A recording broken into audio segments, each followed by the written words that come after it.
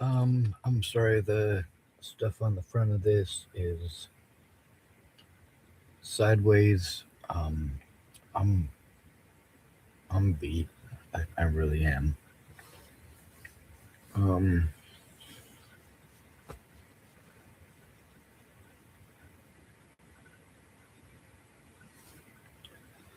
when I have a mental breakdown, and that's what we do need to call it. It is a mental breakdown. You bully us more than you bully others. You give each other quite a bit of leniency, and you punish us for, well, often for nothing. Some of you guys were lucky enough to hear a video that started off with me yelling at Brian. At least that's how it seemed, right? No, it was me yelling. It was certain, 100% certain that I was yelling.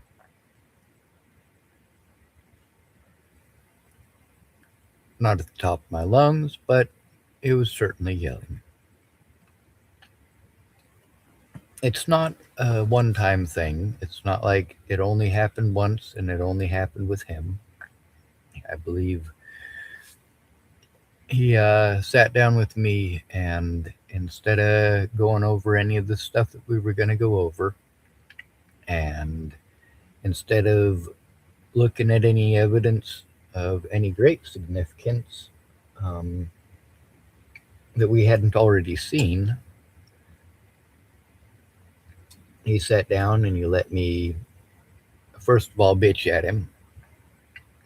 Second of all, he let me explain things uh, properly. Also, I was able to explain for him what it's like. A lot of y'all call it a meltdown. That's not okay. We need to stop calling it a meltdown. It's not a meltdown.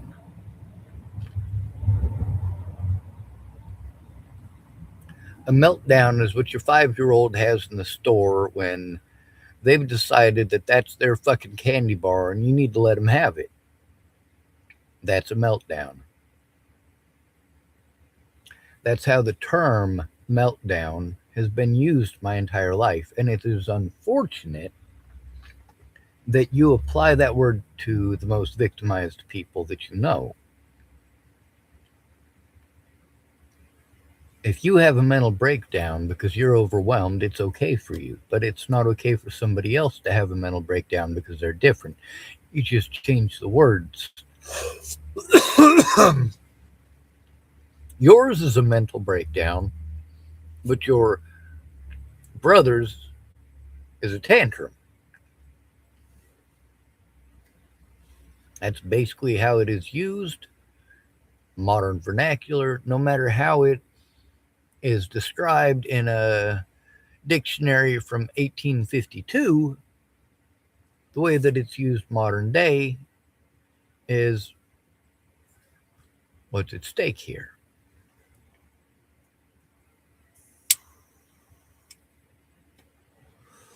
Languages change all the time. We get the coolest new word, the hippest new word, the most awesome word. Cowabunga. Or, of course, wowzers. We get words that are adapted and twisted and all that all the time.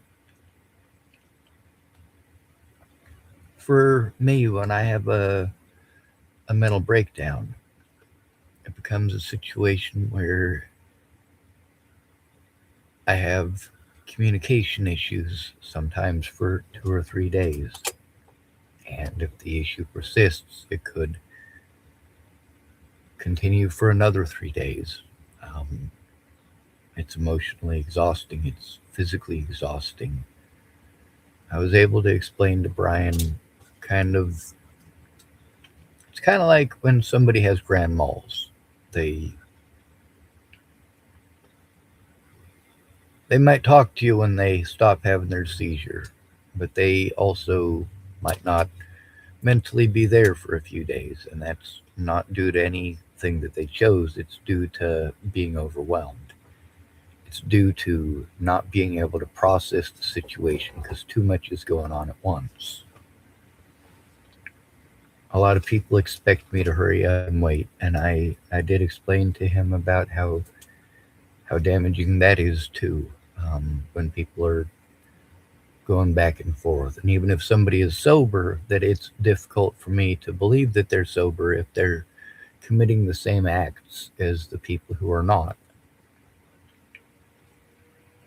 He did listen extremely well. Um, the way that I explain things isn't necessarily the best. And I had to let him know that when I'm in a state of crisis, it's important for me to be able to explain something as if it were a script. The reason for this is because autistic people tend to gather more information than most. We tend to notice patterns, and we more often than not tend to be right. That's something that is pissed off so many people in the Asperger's community, is that when we're right, you won't come off of it.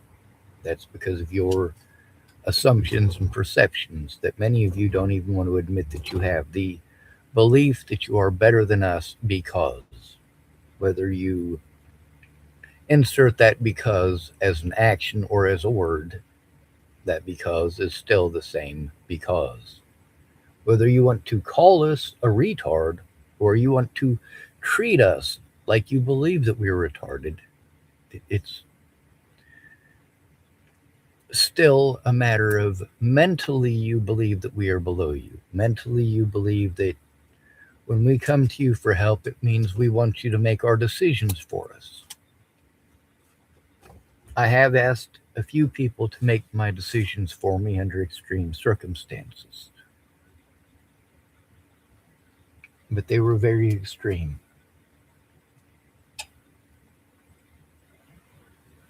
With Brian, I've been trying to be nice and trying to ease him into this.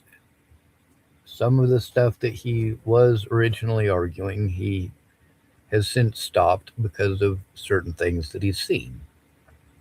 There's also stuff like what's on the protection order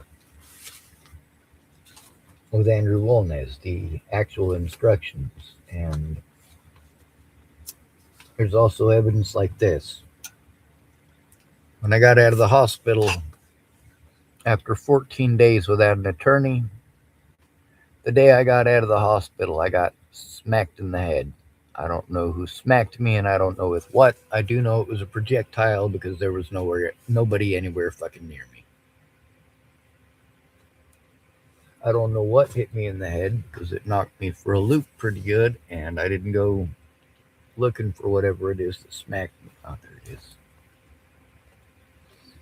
So right now I'm kind of aloof and rambling, which is a PTSD trait. It's not actually rambling for somebody who's got autism, though. It's called info dumping. Um, we've been forced to retain so much for so long that we just drop it all at once. We're so listening to you guys tell us about how your problems are worse than ours, about how we don't have real problems, about how there's all these places that are helping us out, and they're not. Brian knows some of the people involved in firsthand experiences. I did address the part where, a lot of times with the going off on your personal stories, how damaging that is. I did make sure I recorded it the whole time. And of course, he knows that he's being recorded. He's known since day one, like most of these people have. I let them know I record everywhere I go for my safety and for the safety of those around me. If you're doing things that are unsafe and you get busted doing it, well, you should probably pay attention to whose safety it is that you're affecting. When you decide that you're going to go down to Tillamook Sporting Goods and vandalize the property, maybe you should keep in mind that sometimes the business owners do ask people, hey, if you're here, that I understand that you're not causing us any problems. and you're spending a lot of money in our business, you obviously aren't here to steal our shit.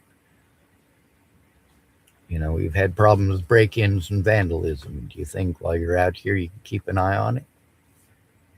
Same thing with the guy who worked at the smoke shop down there in the Tillamook Sporting Goods parking lot.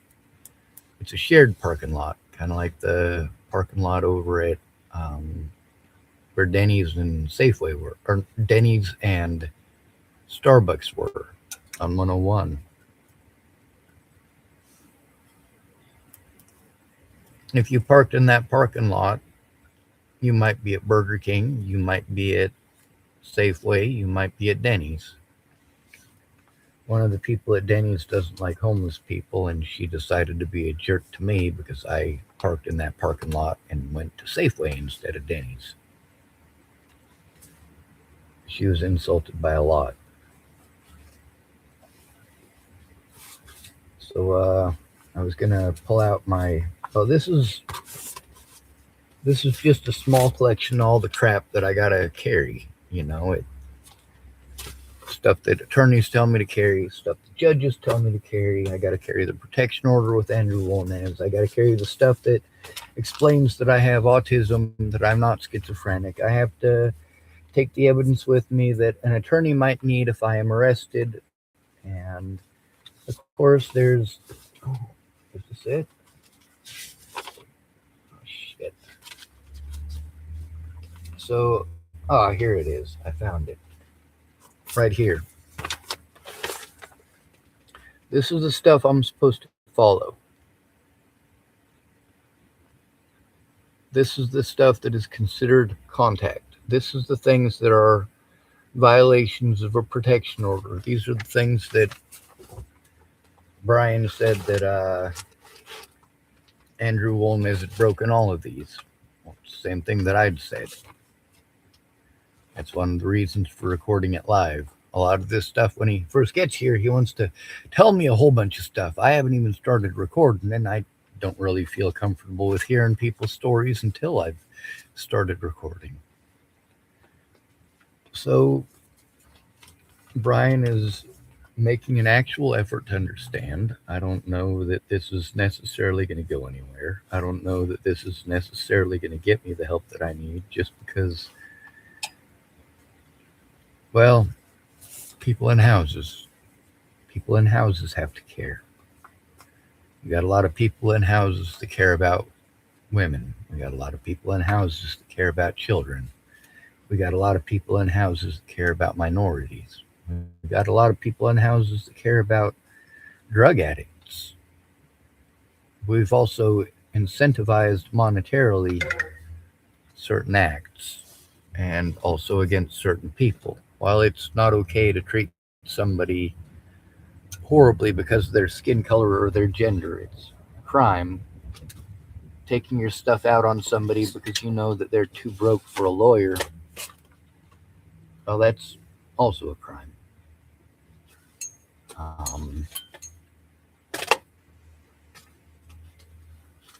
That's taking advantage of the poor.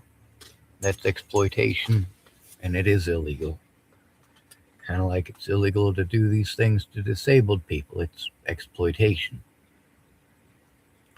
With these people who, well, I'm going to give you two examples. An example of exploitation versus an example of freely given. Going market price. I offered people $100 to help me to get my back payment back, and that wasn't enough. I offered $500. That wasn't enough. When somebody finally took it seriously, I had to literally play for them a recording of how much money there was and offer him $1,000. Now, after the fact, he didn't ever bug me for the $1,000, and I was busy running around doing a lot of other stuff. So, going market price, after 6 months of begging 6 months of offering people whatever I could to get them to make that call with me because the people that care weren't.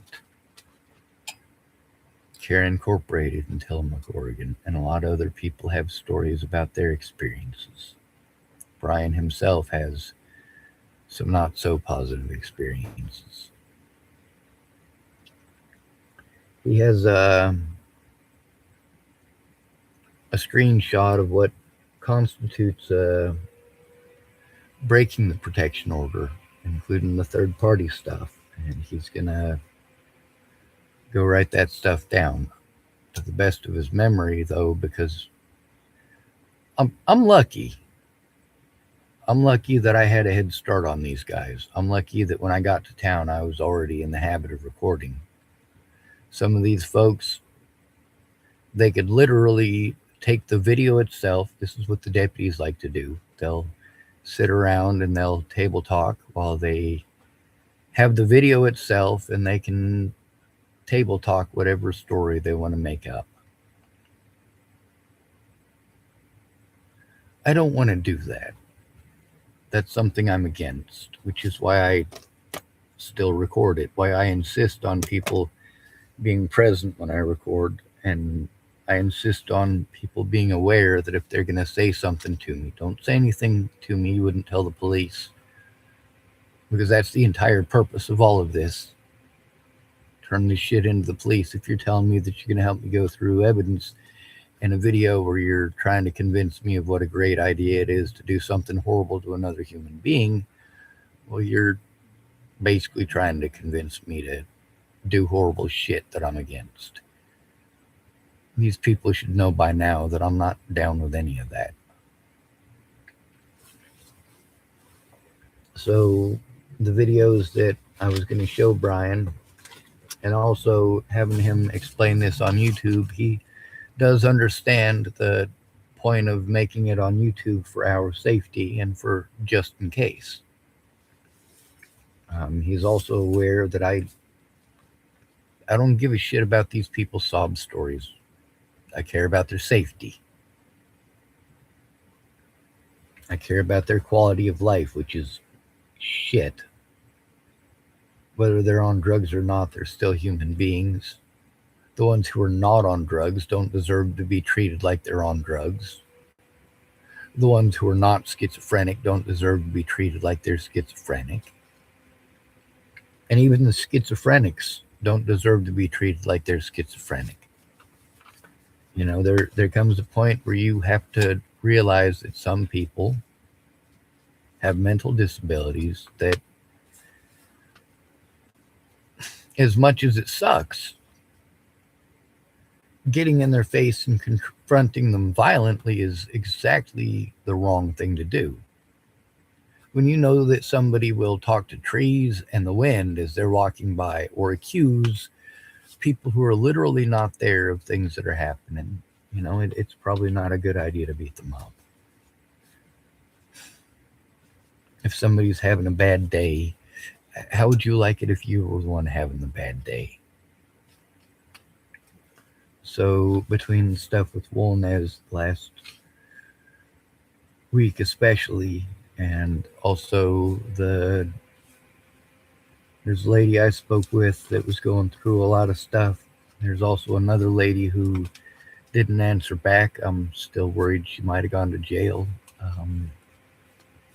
I'm worried for her safety and her son's safety. I'm still worried about a lot of people that you guys don't think I should care about anymore.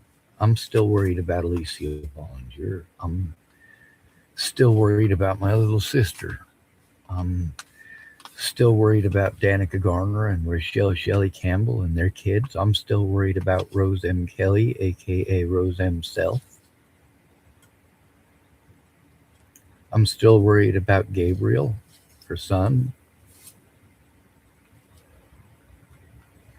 I don't want to be.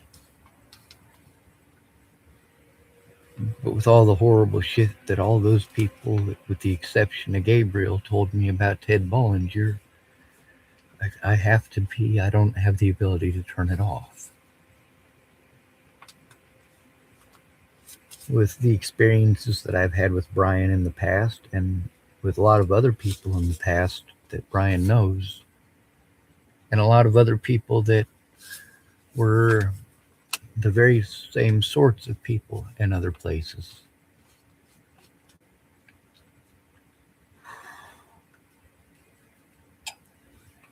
He understands that that's hopefully he understands that it's not directed at him, and I did try to make that point especially.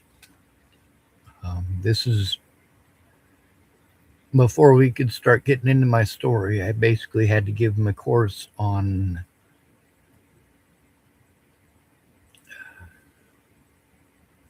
how to listen, to understand, on how not to make the same mistakes that others made.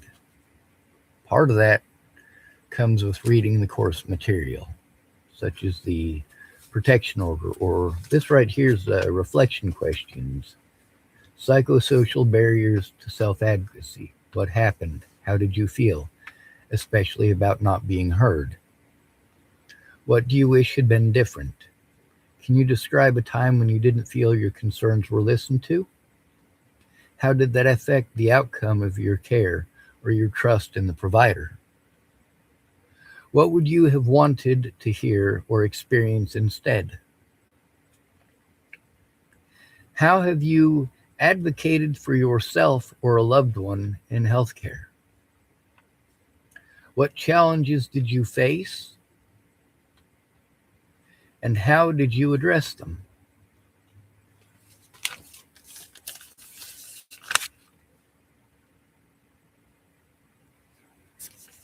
On the back it says, what am I not saying that needs to be said? What am I saying in words or actions that is not being heard? What is being said that I am not hearing? And how am I complicit in creating the conditions I do not want? You guys wouldn't want to be in this position, I assure you.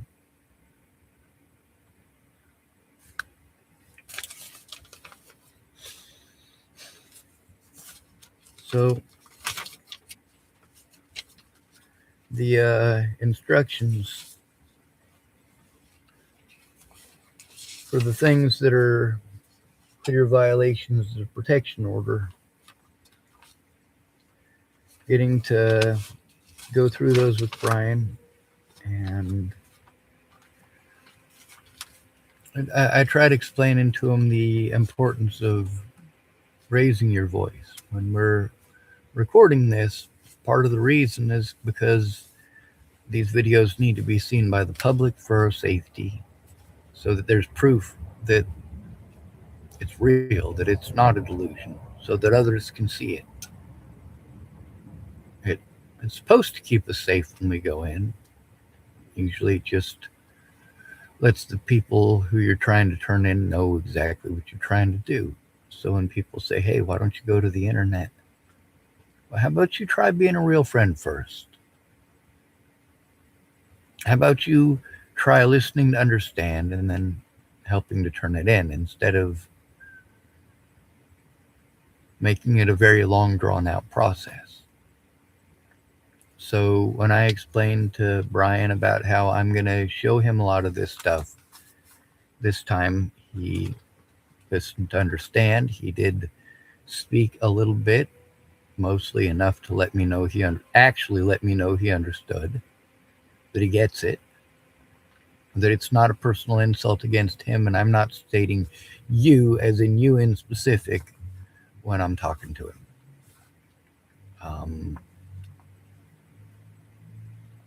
Also, for people who have seizures, when they are kind of out of it for a few days afterwards,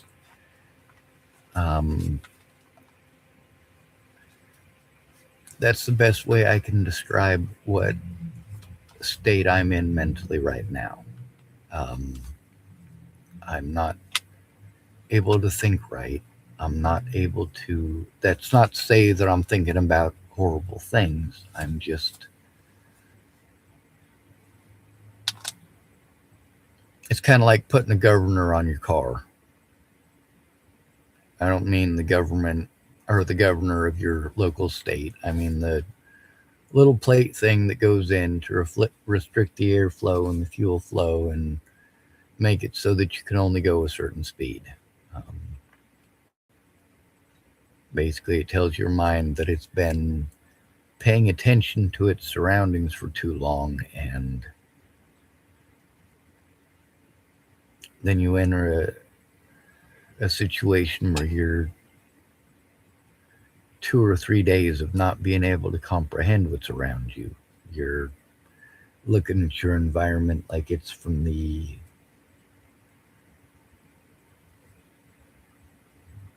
like you put on 3D goggles and you're sitting in somebody else's chair. You're aware of what you're doing. You still have complete control over your motor functions. You have complete control over your actions. It's just bleh.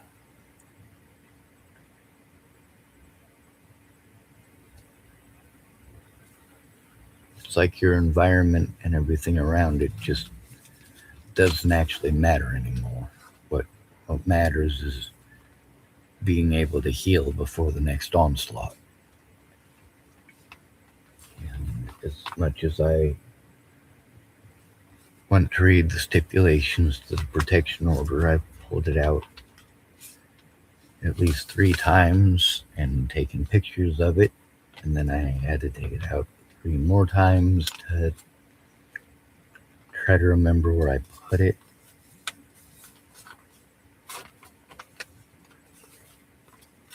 And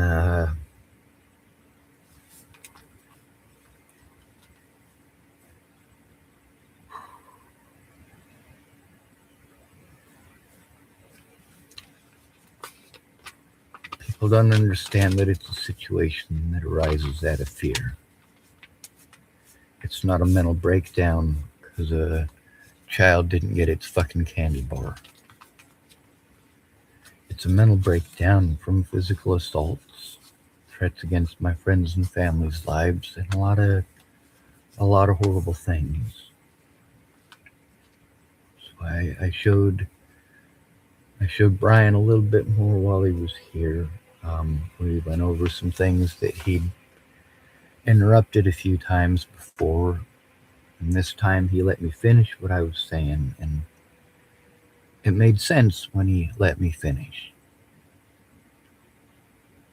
It was a better understanding of the situation and how his actions and his observations make all the difference in the world.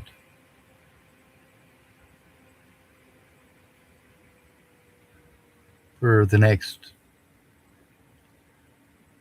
possibly up to the next 3 days, I'm not going to be able to really make decisions for myself. So the best thing that I can do is to stay in the tent, because if somebody harms me out there and I'm overwhelmed and I shut down and I curl into a ball in the middle of the street, it's not going to go well for me. I'm not going to be treated very humanely.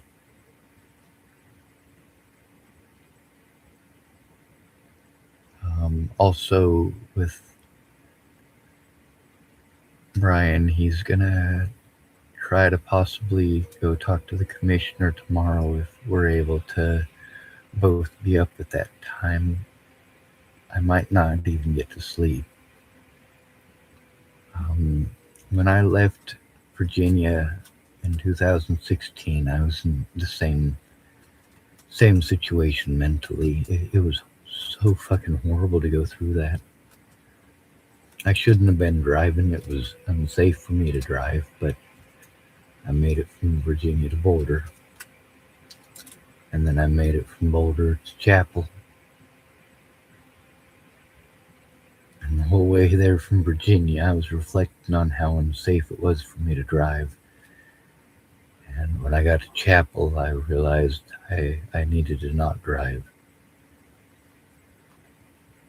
The longer the drive was, the more I had to think about the fucked up situation and the things that Natalie and her friends were doing. I had to go to the Front Range of Colorado to get help, but I couldn't go to Boulder to see my older brother or any of my friends. Most of them are dead now.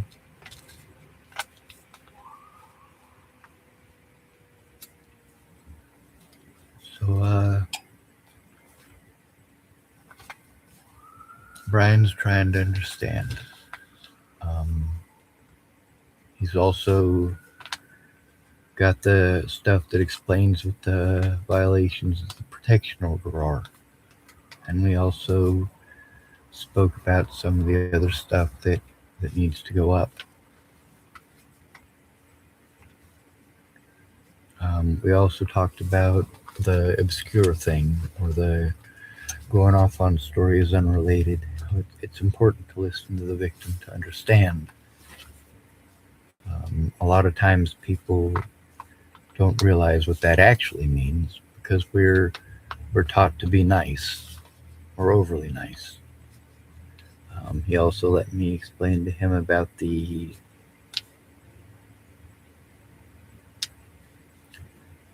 people trying to play good hostess or host and how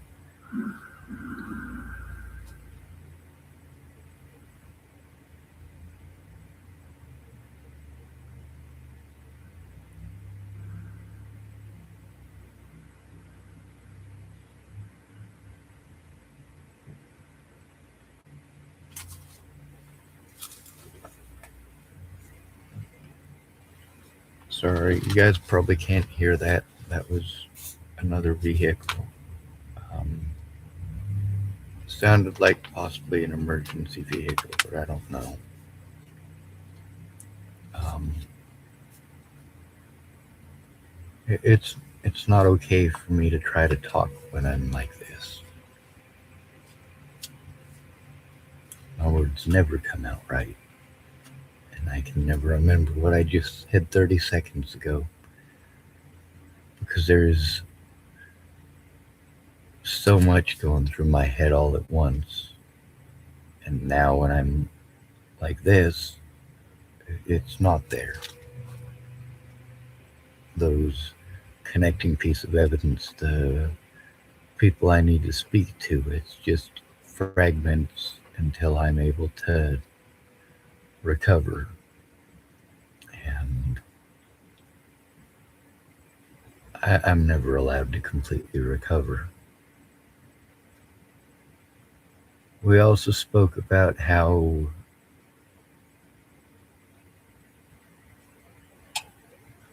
taking certain medications can make you schizophrenic, like what happened to Raymond Burke.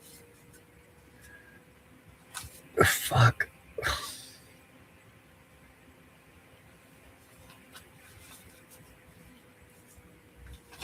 Um,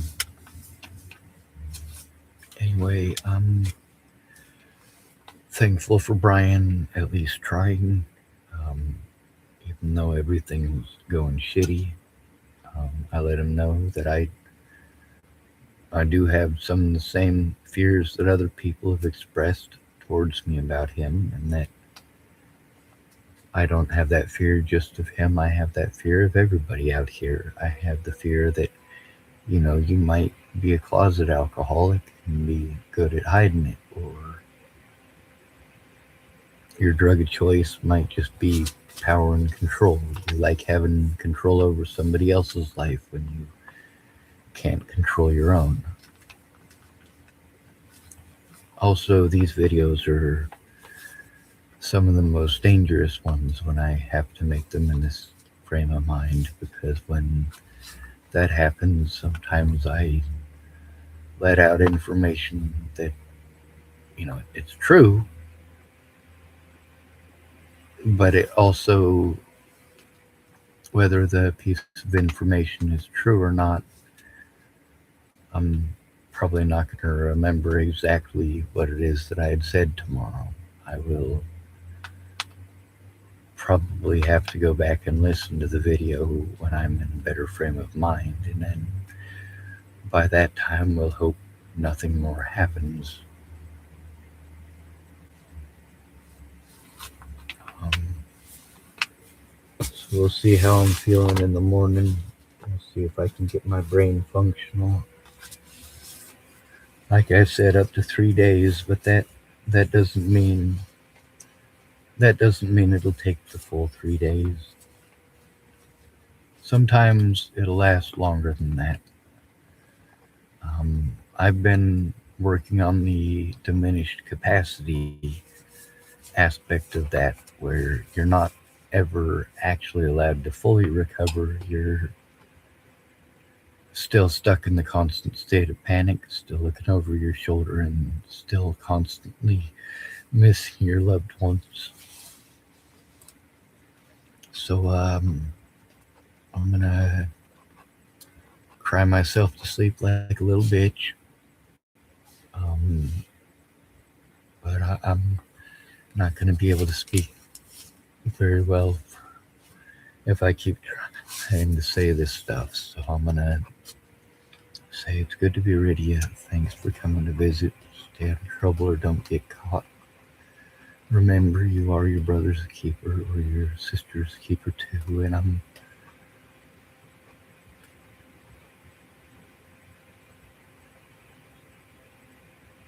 not gonna say sorry until I don't have to do it anymore. For a lot of you guys who are expecting apologies out of me, I'm not going to apologize to you for telling the truth about a situation that you should have come forward about yourself.